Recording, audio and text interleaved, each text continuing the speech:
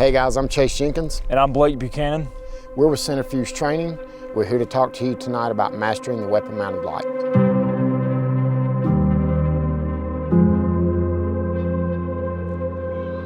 Drop the gun! Please don't move!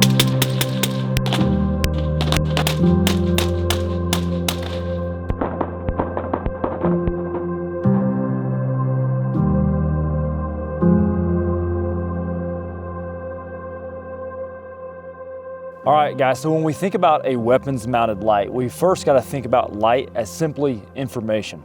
There's going to be a priority here that we have to understand, and it's that our ability to run the gun is first and foremost. By attaching a light to the gun, that allows us the ability to run the gun in its most optimal configuration possible, and that is going to be with two hands on the gun to support the gun, whether it be the rifle or the handgun. So the data shows us that law enforcement engagements are occurring in low light environments. Understand that often those engagements start off with a handheld flashlight.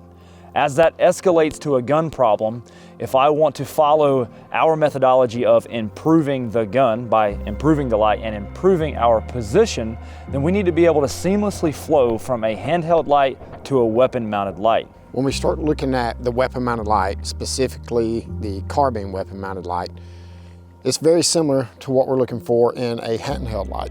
One, I want simplicity in the switchology itself. I'm also looking for a light that will allow me to maximize the capabilities of the carbine.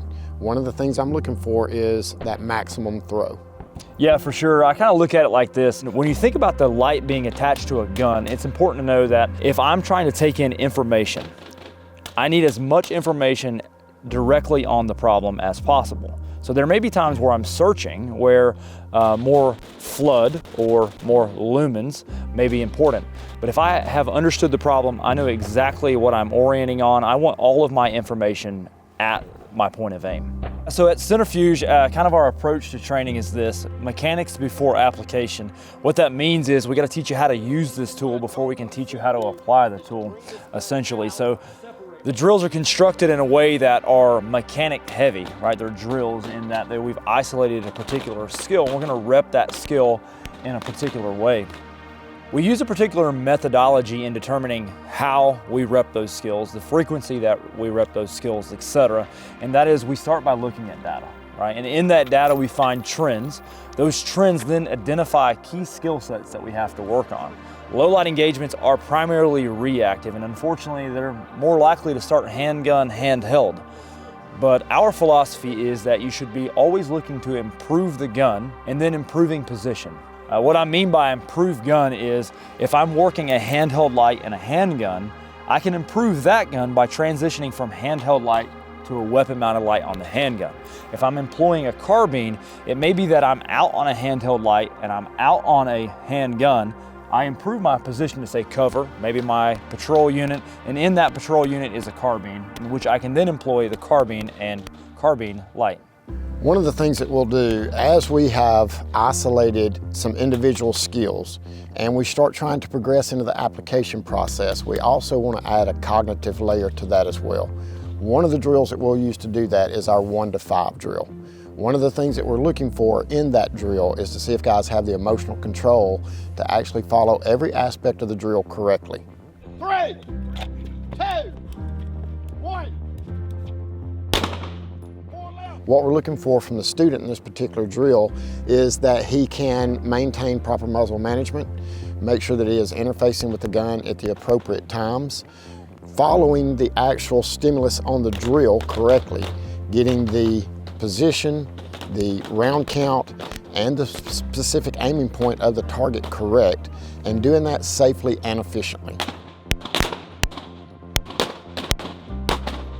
Another drill we run is called All Systems Go, and what that is we put the entire group online, and they're going to be required to work both guns, both rifle and handgun, the lights that are attached to both guns, so weapon lights on both guns, and the handheld light in conjunction with each other. So this particular drill is going to force them to work all guns, all lights in conjunction with each other.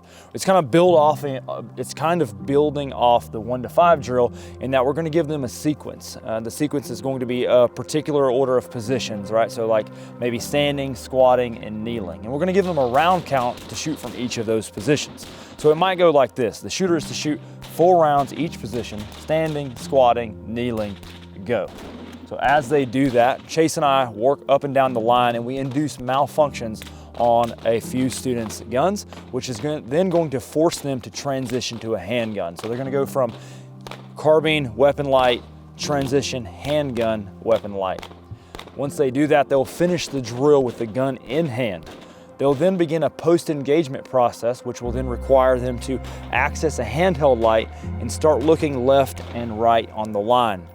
As the students that are still on the working carbine do that post-engagement process and identify other students who are on a handgun, that will then simulate that they need to go help that person then get that carbine back up and running.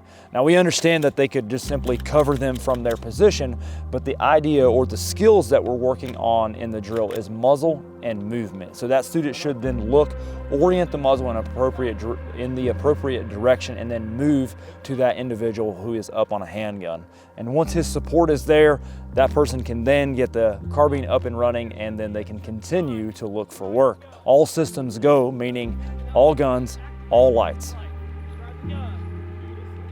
Guys, Centrifuge is known for training primarily law enforcement officers. We do occasionally run civilian courses, and we look forward to the opportunity to do that when we can.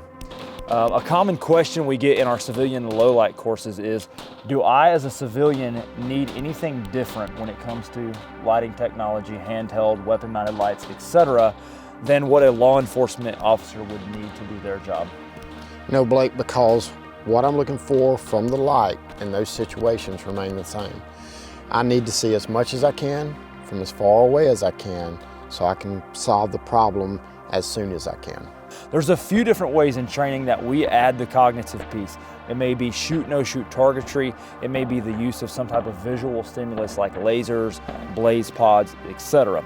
It's really important that you start thinking about how can I add a cognitive piece to my training, because the reality is in any self-defense event, whether it be civilian or law enforcement, or even if you're just simply trying to prepare for a class, then you're going to need to be able to not only perform the skills, but to be able to think behind the gun.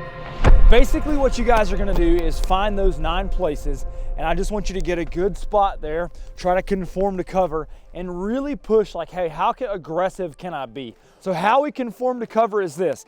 Angles of cover dictates angles of the gun. So go ahead and hit me up with light. So angles of cover dictate angle of the gun, meaning that the angle of the cover is this, slightly acute angle less than 90.